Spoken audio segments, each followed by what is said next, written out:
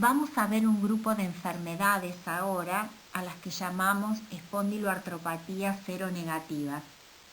El término espondiloartropatías seronegativas incluye un número de enfermedades que comparten hallazgos inmunogenéticos, clínicos y radiológicos.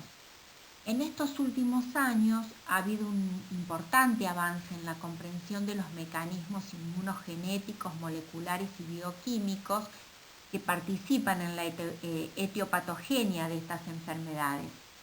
Y el desarrollo final de estas enfermedades parece resultar de la interacción de diferentes factores, como vamos a ver, principalmente genéticos, ambientales, inmunológicos y hormonales. ¿Cuáles son los hallazgos que comparten estas enfermedades? Frecuentemente el compromiso del esqueleto axial y de las articulaciones sacroiliacas. Recuerden que la artritis reumatoidea era lo que respeta el esqueleto axial y tampoco compromete las articulaciones sacroiliacas. Comparten también artritis periférica, preferentemente asimétrica y con predilección de las articulaciones de los miembros inferiores. Tienen un común denominador que es la entesopatía. Recuerden que la entesis es el lugar donde el tendón del músculo se une en el hueso. Todas estas enfermedades producen inflamación de esa inserción. Tienen como común la ausencia del factor reumatoideo y tienen una alta asociación al antígeno de histocompatibilidad HLA-B27. Y la mayoría tiene agregación familiar. Dentro de este grupo de enfermedades se encuentra la espondilitis anquilosante, las artritis reactivas de tipo postvenéreas, tipo el síndrome de Reiter o postdisentéricas, la artropatía psoriásica, las artropatías enteropáticas como la colitis ulcerosa y la enfermedad de Crohn. Algunos autores han propuesto que otras afecciones como por ejemplo el Whipple o el Behçet también deberían ser incluidas. En realidad, estas presentan otras características que las diferencian del grupo y a pesar de compartir ciertos hallazgos como podría ser el compromiso axial, no todos los autores coinciden en que los mecanismos patogénicos sean semejantes al de todo este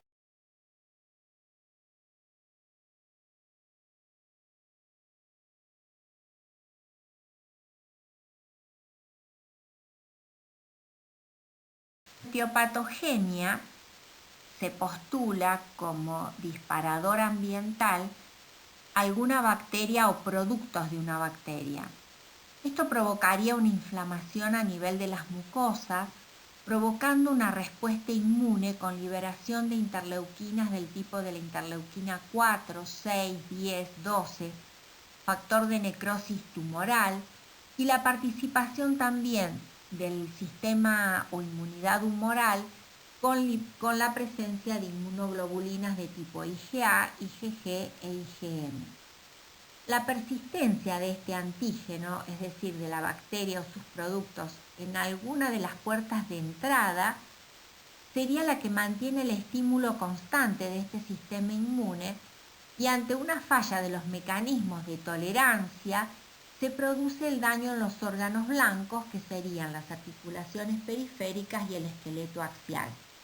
Todo este mecanismo asienta sobre un terreno genéticamente predispuesto con la presencia del antígeno de histocompatibilidad HLA-B27 como gen dominante, pero no exclusivo. La espondilitis anquilosante es una enfermedad inflamatoria crónica de gran agregación familiar. Es la causa más común de lumbalgia en los varones jóvenes. Pueden afectarse las articulaciones periféricas, a veces como primera manifestación de la enfermedad, o a veces aparece como con un compromiso extraarticular, que es la uveitis anterior. Generalmente comienza en la adolescencia tardía o en la adultez temprana, es decir, varones entre 20 y 30 años, la relación hombre-mujer es de 2:1 o de 3:1 según la serie, y en Argentina el 95% de los pacientes con espondilitis anquilosante que son de origen caucásico asocian su espondilitis al antígeno de histocompatibilidad HLA-B27. En etiopatogenia figuran factores genéticos relacionados directamente con el complejo mayor de histocompatibilidad en relación con el HLA-B27. También participan otros, pero menos importantes, las moléculas de clase 1, moléculas de clase 2 como el DRB1 o el DRB17 y el TNF. Esta es la relación que tienen todas las enfermedades de este grupo con el antígeno de histocompatibilidad HLA-B27.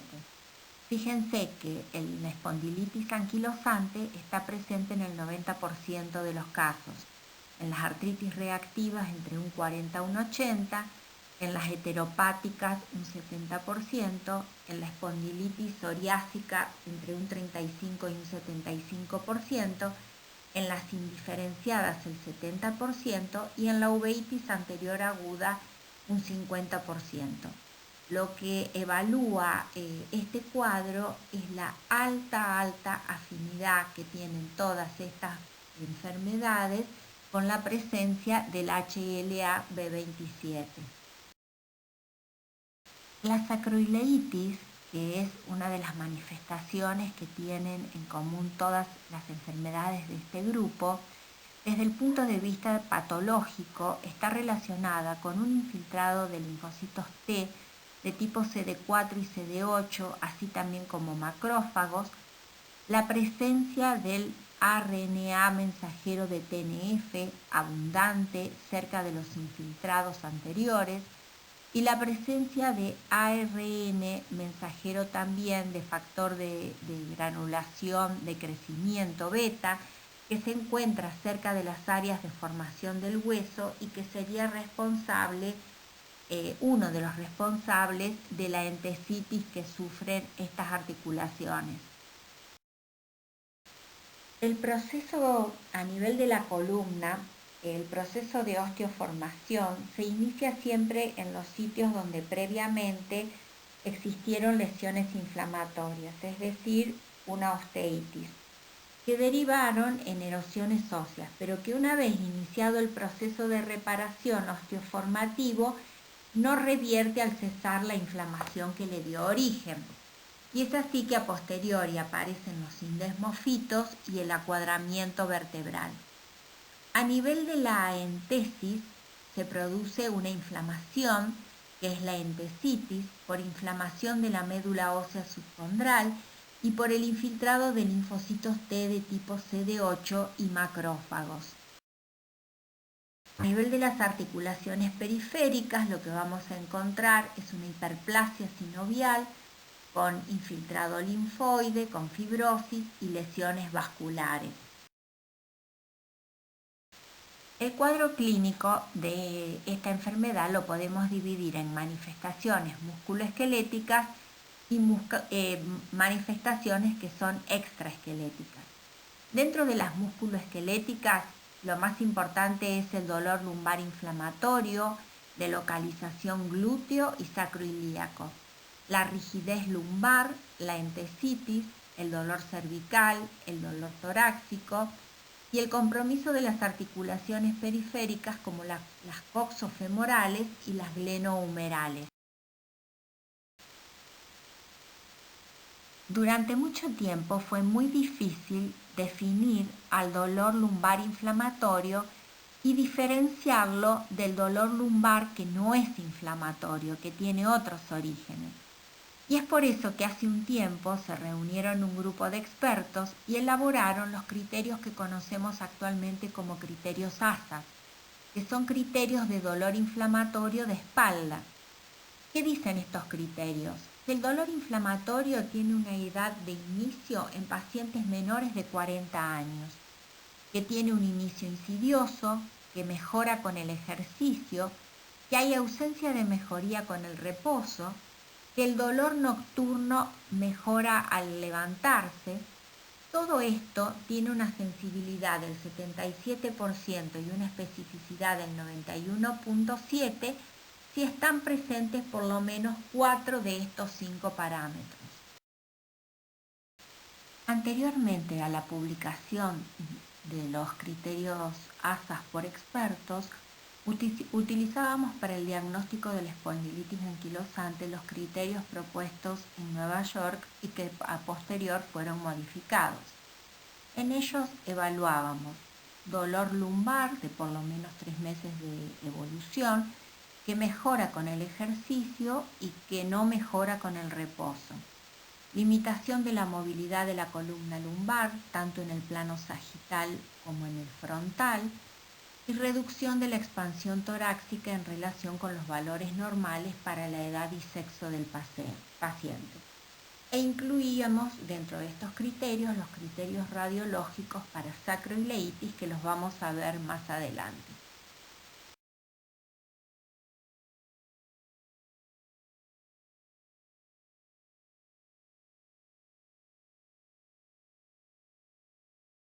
¿Cómo se originan las lesiones inflamatorias en las columnas de estos pacientes?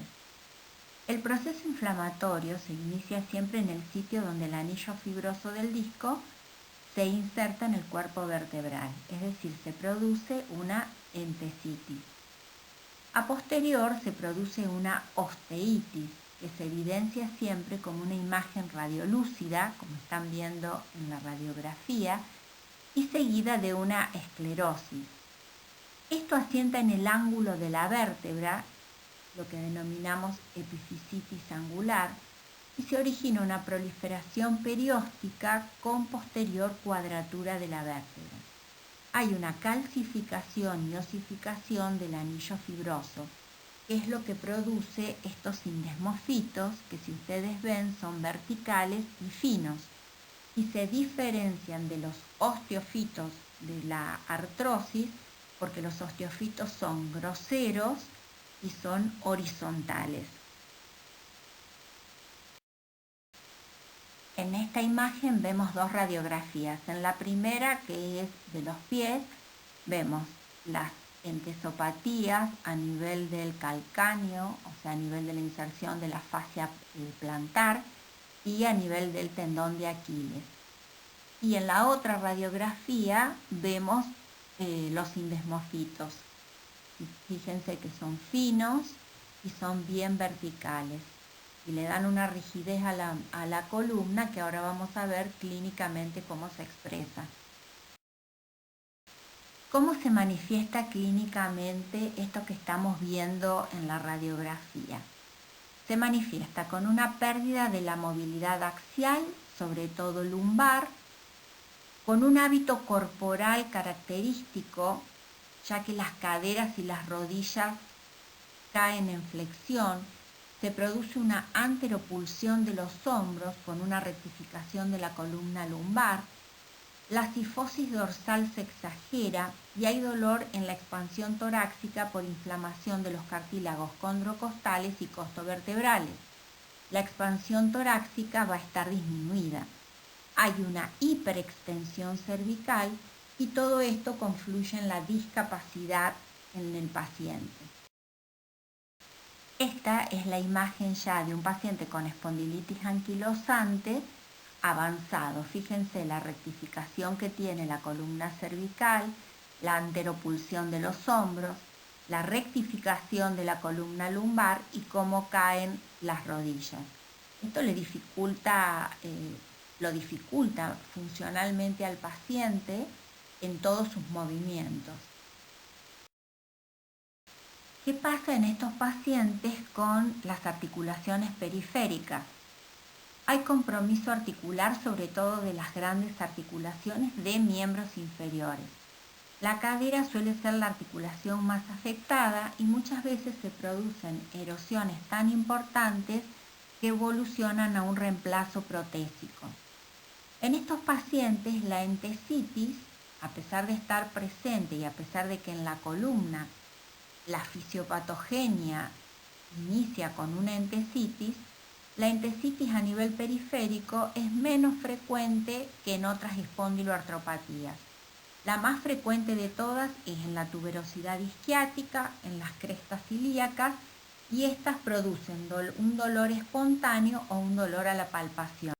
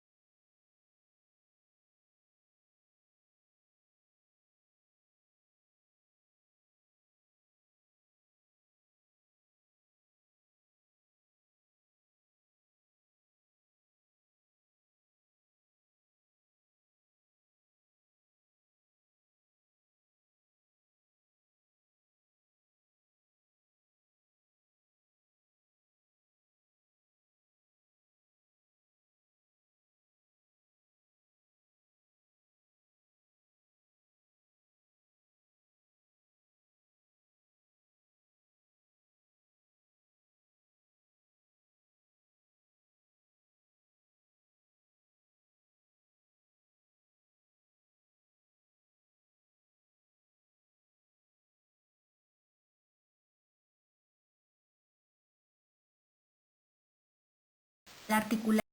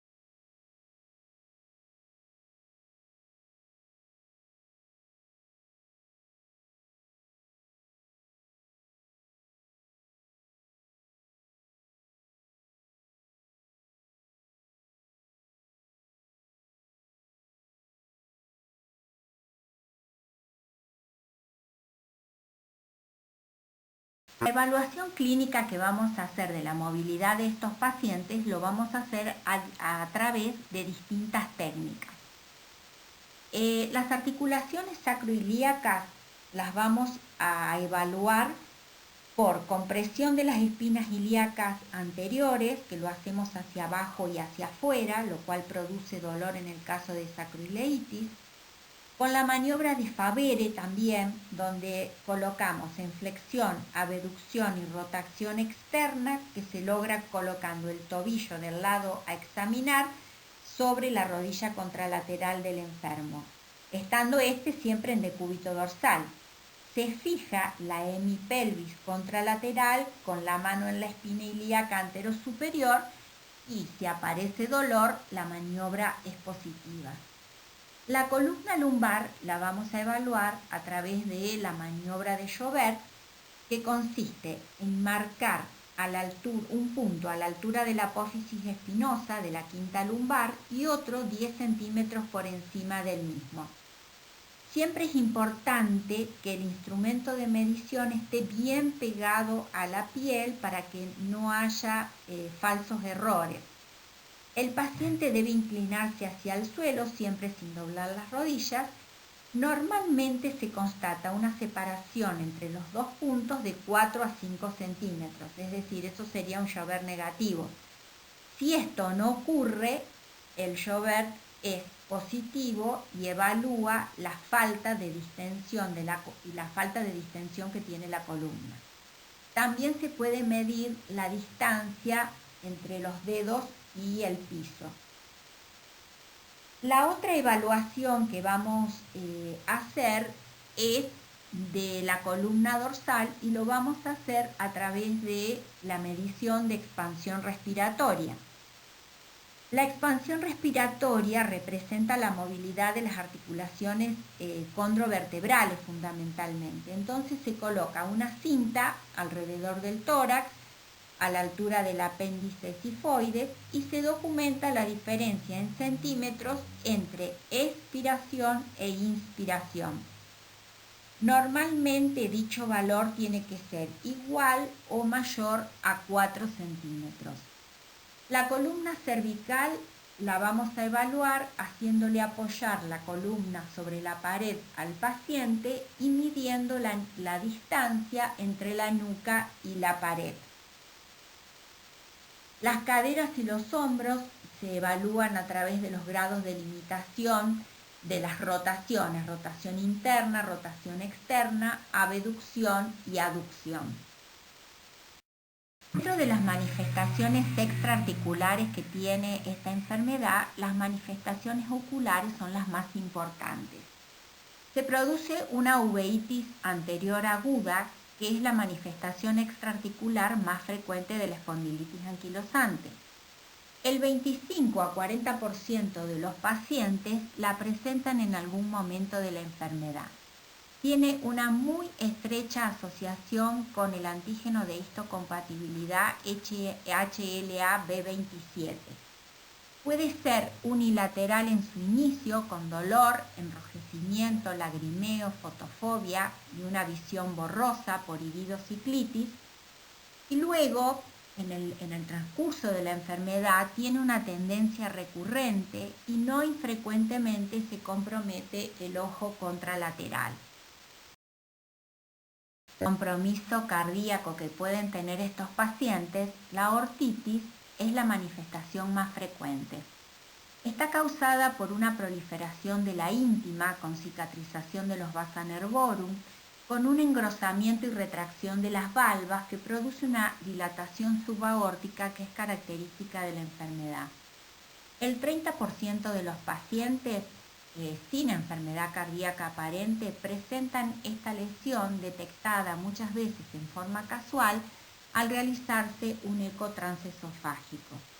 El riesgo de tener esta ortitis está muy relacionado con la edad, con la duración de la enfermedad, con la presencia del antígeno de histocompatibilidad HLA-B27 y con el compromiso articular. Las manifestaciones que son menos frecuentes en estos pacientes se encuentran el compromiso neurológico, que es muy poco frecuente, aparece en pacientes generalmente con una historia de enfermedad de larga data, donde ya hay una anquilosis de la columna y puede haber subluxación atlantoaxoidea, puede haber una mielopatía cervical por compresión medular o a nivel lumbar producirse un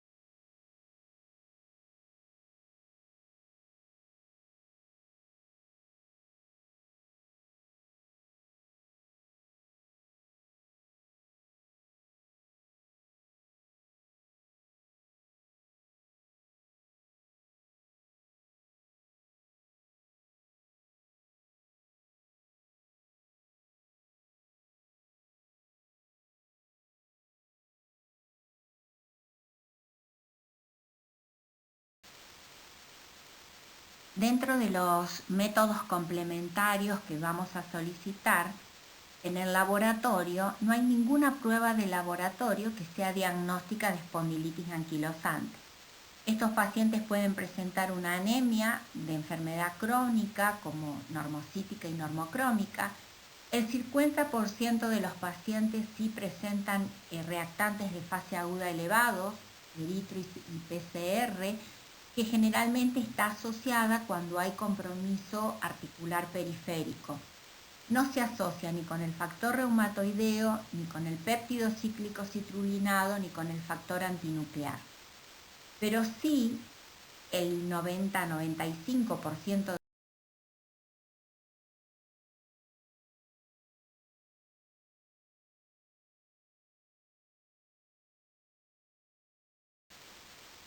entre los indicadores de mal pronóstico que tiene la espondilitis anquilosante se encuentra el compromiso precoz de cadera, el número de articulaciones periféricas afectadas, el antecedente de tabaquismo en estos pacientes, la eritrosedimentación elevada, la pobre respuesta que tengan a los antiinflamatorios no esteroides en el inicio de la enfermedad y los cambios radiológicos que sean muy precoces en la evaluación inicial del paciente. Cualquiera de estos marcadores, de estos indicadores que estén presentes, nos hacen sospechar que la evolución de la enfermedad va a ser tórpida. Ahora vamos a ver otra enfermedad dentro de las espondiloartropatías seronegativas que es bastante más frecuente que la espondilitis anquilosante, y es la artropatía psoriásica. La artropatía psoriásica es una artropatía inflamatoria que se asocia con psoriasis cutánea. Ocurre en un 1 a 2% de la población caucásica y se da en un 5 a 8% de los pacientes que ya tienen psoriasis cutánea. La edad de comienzo es entre los 20 y los 40 años. La relación es 1 a 1 hombre-mujer, pero cuando se agrega clínica espondilítica, es decir, cuando aparece compromiso axial, esa diferencia aumenta 2 a 1 a favor de los hombres. En el 75% de los pacientes, la psoriasis cutánea precede al compromiso articular. Hay un 15% de pacientes donde el compromiso cutáneo articular puede aparecer en forma simultánea y hay un 10% de pacientes donde el compromiso articular precede al cutáneo y a esta psoriasis la llamamos psoriasis invertida. De acuerdo a las características clínicas que tiene la enfermedad, Moll y Wright la clasificaron en una artropatía psoriásica de tipo mono u oligoarticular asimétrica, que es la más frecuente de todas, se da en un 70% de los casos, compromete los dedos de las manos y de los pies en forma de dactilitis o deditos en salchicha y muy frecuentemente esta forma evoluciona a la forma poliarticular. Hay otra forma de presentación que es la poliartritis simétrica, que se da en un 15% de los casos, es simétrica y bilateral, compromete articulaciones grandes y pequeñas, pero incluye siempre las interfalángicas distales. Y esto la diferencia de la artritis reumatoidea, donde recuerden comprometía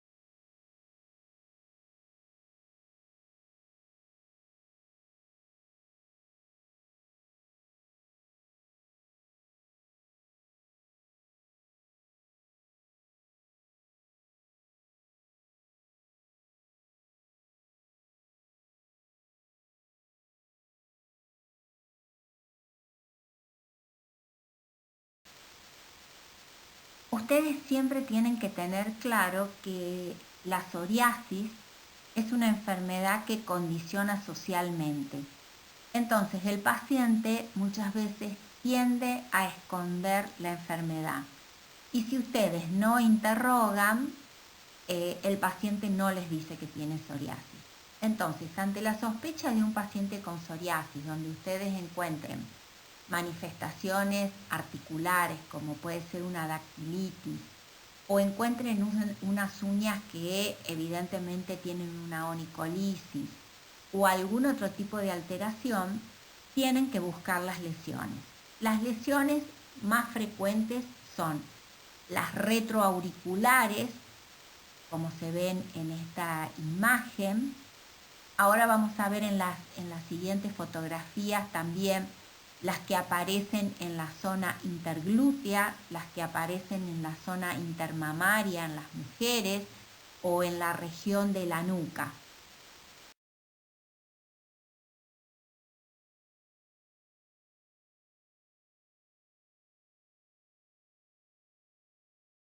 En estas tres imágenes vemos placas de psoriasis en la zona de la nuca, que muchas veces se oculta, y estas otras que son intermamarias.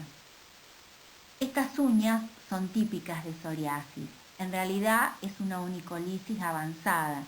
Inicialmente hay un leve punteado en dedal de aguja y luego la uña sufre una hiperkeratosis con desprendimiento de las mismas.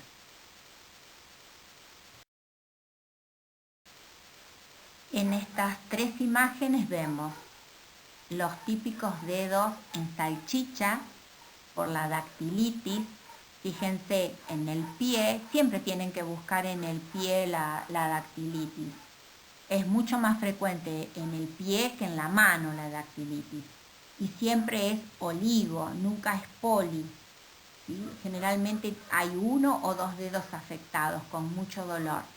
Y en la imagen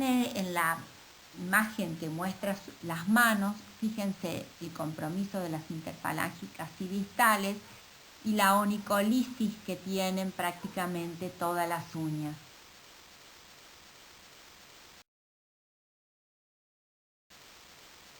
Esta es una radiografía de una típica mano con artropatía de tipo mutilante. Fíjense la destrucción que tienen las articulaciones interfalángicas proximales y la falta de alineación en las manos.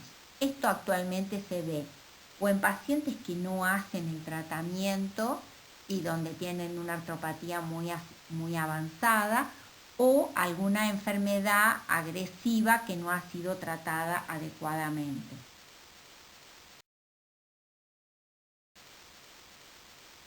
¿Cuáles son las manifestaciones articulares que van a presentar estos pacientes?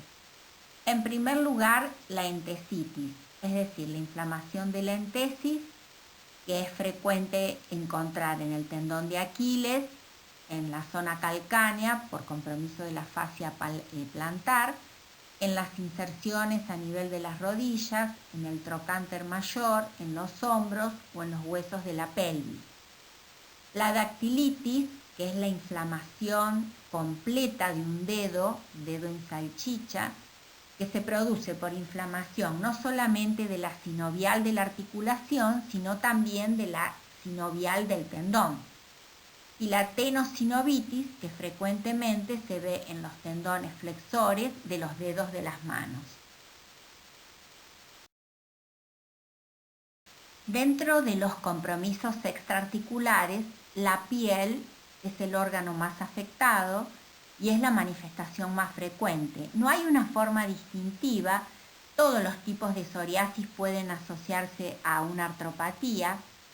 El compromiso unguial se ve en el 80% de los pacientes con artropatía psoriásica y en un 30% de pacientes que solamente tienen psoriasis cutánea.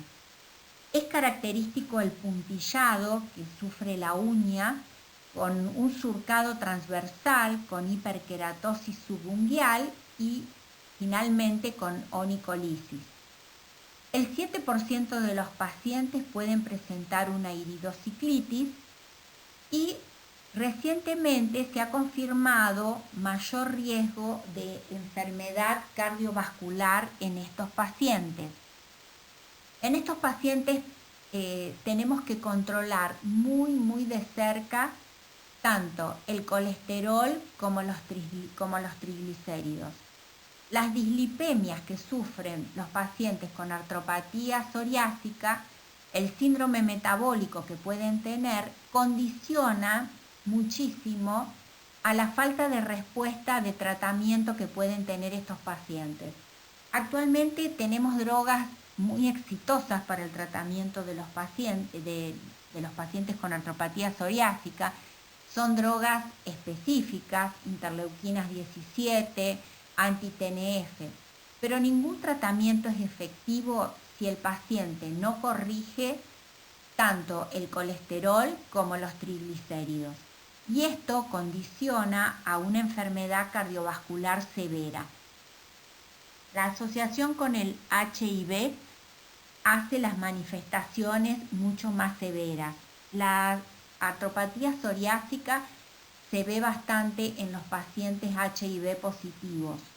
Estos pacientes presentan una artropatía mucho más severa que aquellos que son HIV negativos.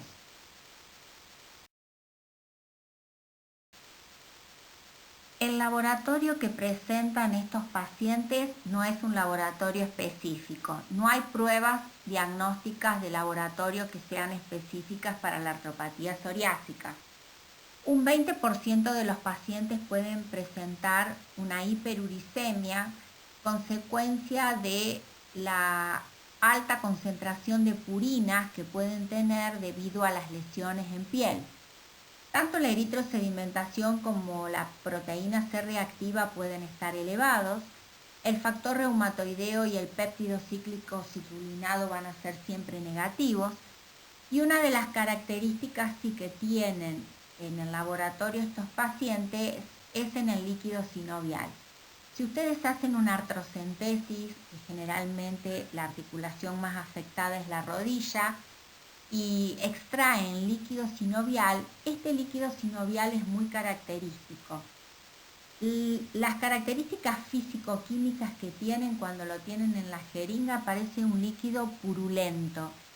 Y en realidad esto se debe a la gran carga de leucocitos y polimorfonucleares que suele tener este líquido sinovial. El líquido va a ser siempre aséptico, pero tiene hasta 50.000 leucocitos por milímetro cúbico. Eso muchas veces tiende a confundir un poco, pero por supuesto si se hace el examen físico-químico y el cultivo, vamos a encontrar que el cultivo es estéril.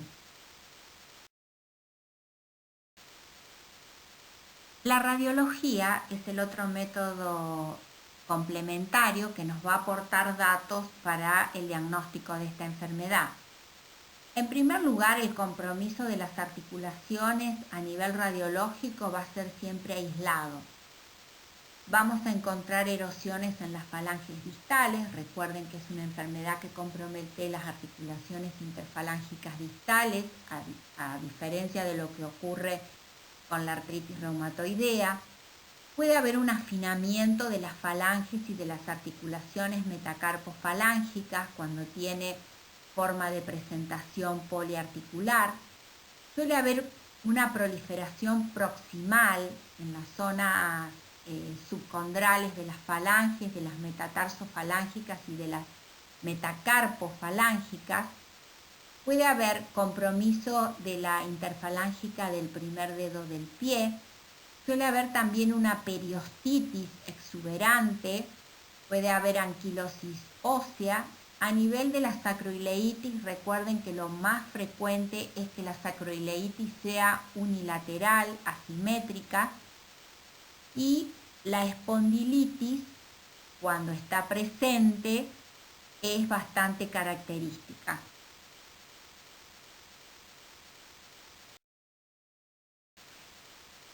Esta radiografía es muy parecida a la que vimos anteriormente.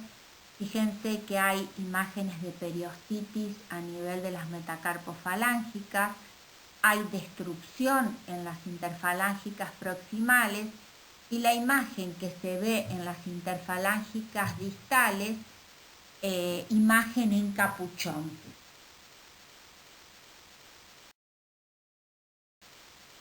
Así como un grupo de expertos se reunió para elaborar los criterios de espondilitis anquilosante, es decir, los criterios ASAS, otro grupo de expertos en artropatía psoriásica se reunieron y elaboraron los criterios CASPAR.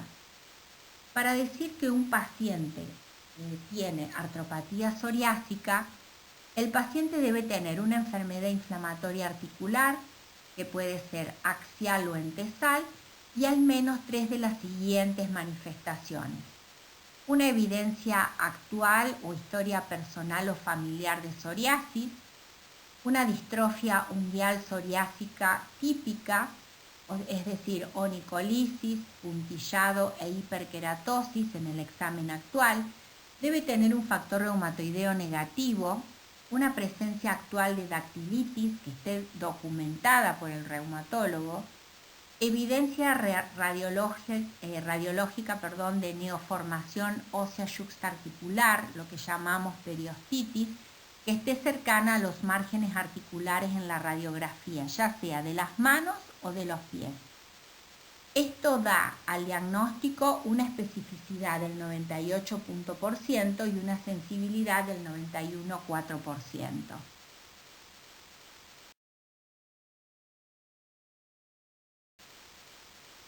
Dentro del grupo de las espondiloartropatías seronegativas se encuentran también las artritis reactivas.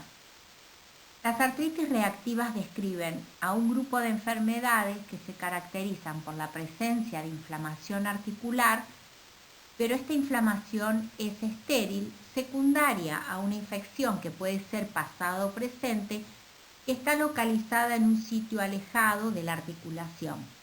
Es decir, un microorganismo ingresó, hizo un pasaje por todas las articulaciones, provocó una artritis, pero cuando nosotros realizamos la artrocentesis del líquido sinovial, esa articulación está estéril. Dentro de este grupo tenemos las artritis reactivas postvenéreas y las artritis reactivas postdisentéricas. Dentro de las artritis reactivas postvenéricas encontramos al síndrome de Reiter, que se produce por una infección, generalmente urogenital, frecuentemente provocada por Clamidia trachomatis, y en el caso de la artritis reactiva postdisentérica, la infección es gastrointestinal y los microorganismos más frecuentes que participan en ella son la Yersinia, la Shigella, la Salmonella y el Campylobacter. Dentro de los criterios diagnósticos que utilizamos para estas afecciones, uno de los más aceptados son los criterios diagnósticos del grupo europeo. En estos criterios se incluye el dolor de espalda de tipo inflamatorio o sinovitis, ya sea asimétrica o predominantemente comprometiendo miembro inferior, y uno de los siguientes criterios: una historia familiar positiva, antecedentes de psoriasis, antecedentes de enfermedad inflamatoria intestinal, uretritis, cervicitis, antecedentes de diarrea aguda un mes antes del inicio de la artritis, dolores en las nalgas alternando las áreas glúteas derecha e izquierda, la presencia de entesopatía o sacroileitis. ¿Cuáles son las manifestaciones clínicas que van a tener estos pacientes? La presencia de una artritis periférica que tiene características la mayoría de las veces de tipo asimétrica, es oligoartritis y siempre comprometiendo miembros inferiores. Cuando se compromete el esqueleto axial, puede haber una sacroileitis o puede haber dolor lumbar de tipo inflamatorio o una verdadera espondilitis anquilosante. El síndrome entesopático se va a manifestar con tendinitis, con compromiso del tendón de Aquiles, de la fascia plantar, o una tenosinovitis con artritis, como es la dactilitis o dedos en salchicha.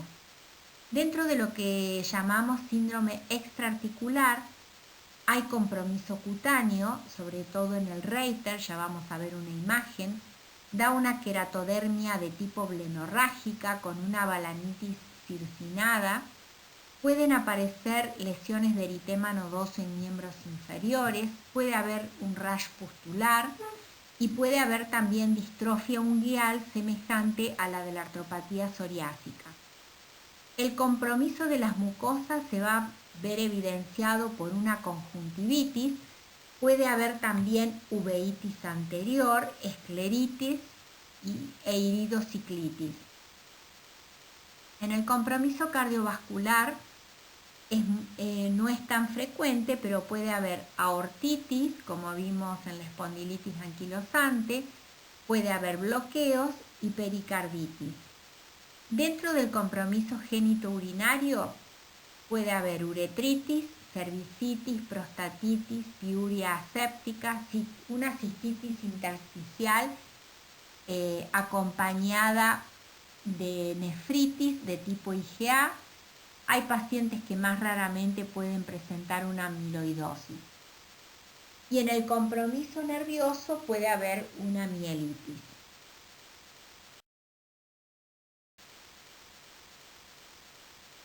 Bueno, en estas imágenes, en la imagen superior izquierda, vemos la lesión cutánea típica, que es la mal llamada queratodermia blenorrágica. Afecta fundamentalmente a las palmas y a las plantas, aparece en el 80% de los pacientes y se caracteriza por ser, como ustedes están viendo, una erupción macular roja, crece bastante rápidamente, se vuelve hiperqueratóxica y suele tener una zona periférica de eritema. Muchas veces se transforma, este color eritematoso se transforma en un centro amarillento formado por un material de tipo hiperqueratóxico que da un aspecto a la lesión como de pustuloso. Las pápulas pueden fusionarse formando verdaderas placas de piel córnea. La otra lesión que es bastante característica es la que vemos en la foto inferior, que son las lesiones del glande, que constituyen un signo característico de esta enfermedad, ya que se ve en un 80% de los pacientes, y es la llamada balanitis circinada, que consiste en máculopápulas o erosiones superficiales que son húmedas, de bordes escamosos, suelen fusionarse y dan lugar a placas bien limitadas. Cuando el paciente está circuncidado, ese borde escamoso puede ser de tipo hiperqueratóxico. Y en la foto que vemos arriba, a la derecha, es una foto típica de un ojo rojo por uveitis, que también es bastante frecuente en esta enfermedad. El laboratorio y la radiología son los métodos complementarios en los que nos podemos apoyar para el diagnóstico de estas afecciones. Vamos a encontrar una eritrosedimentación y proteína C reactiva elevados, leucocitosis marcada, la serología para factor reumatoideo, péptido cíclico citrulinado y factor antinuclear son siempre negativas. Y en estos pacientes es muy útil evaluar el líquido sinovial. El líquido sinovial de estos pacientes tiene algunas características que no lo tienen otras artritis. Es un líquido que cuando realizamos la artrocentesis, a la apariencia visual parece un líquido séptico. Y esto se debe a que está cargado con abundante cantidad de polimorfonucleares. Tiene más de 100.000 polimorfonucleares por campo. Y esto muchas veces a simple vista nos hace pensar en una artritis séptica y no en una artropatía seronegativa. Por eso siempre es muy importante, cada vez que obtengan líquido sinovial de cualquier articulación, no solamente hacer una evaluación de tipo físico-química, sino que debe ser cultivado. Todo líquido sinovial debe ser cultivado. Así sea un paciente con una artrosis, ustedes deben cultivar el líquido sinovial. El antígeno de histocompatibilidad HLA-B27 indica en estos pacientes un mayor riesgo de cuadros crónicos o bien que en esa evolución crónica haga el paciente muchas recurrencias. En cuanto a los métodos radiológicos, la radiología puede ser útil en un principio que nos permita ver alguna entesopatía. La ultrasonografía es útil para ver entesitis. La resonancia magnética nuclear nos va a servir en los estadios iniciales para poder evaluar sacroileitis en forma precoz, porque nos va a permitir ver edema. Y la tomografía axial computada puede ser para evaluar algún aspecto óseo o bien alguna manifestación de tipo extraarticular. Hay toda una serie de factores de riesgo que predisponen a la aparición de estas enfermedades. La naturaleza del agente etiológico, el sexo del paciente, la historia familiar, son todas de agregación familiar, el inicio antes de los 16 años, una artritis de cadera, la presencia de artritis recurrente, la presencia de una dactilitis, eritrosedimentaciones mayores de 30 milímetros, la presencia del antígeno de histocompatibilidad HLA-B27 y una respuesta pobre a los antiinflamatorios no esteroides. Cualquiera de estos factores son predisponentes a la aparición de cualquiera de estas enfermedades. ¿Cuáles son los microorganismos que se relacionan con las artritis reactivas relacionadas con el antígeno de histocompatibilidad HLA-B27, que siempre es positivo? El 70% que desarrollan la enfermedad son confirmados la Clamidia trachomatis, la Shigella, la Salmonella enteritidis, la Yersinia enterocolítica y el Campylobacter jejuni. Y dentro de los que son probables, el ureaplasma, la Shigella sonnei, la Clamidia psittaci, el Clostridium difficile y la Brucella.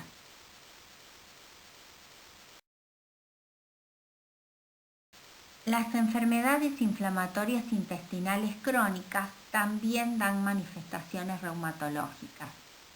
Y dentro de este grupo encontramos dos enfermedades. Una es la colitis ulcerosa o ulcerativa, que se caracteriza por episodios recurrentes de inflamación limitada a la mucosa intestinal colónica, comprometiéndose el recto y otros segmentos del colon, y la enfermedad de Crohn, que se caracteriza por un compromiso intestinal transmural que se asocia a fibrosis. El primer síntoma de cualquiera de ellas dos es la diarrea y el segundo síntoma es el dolor articular.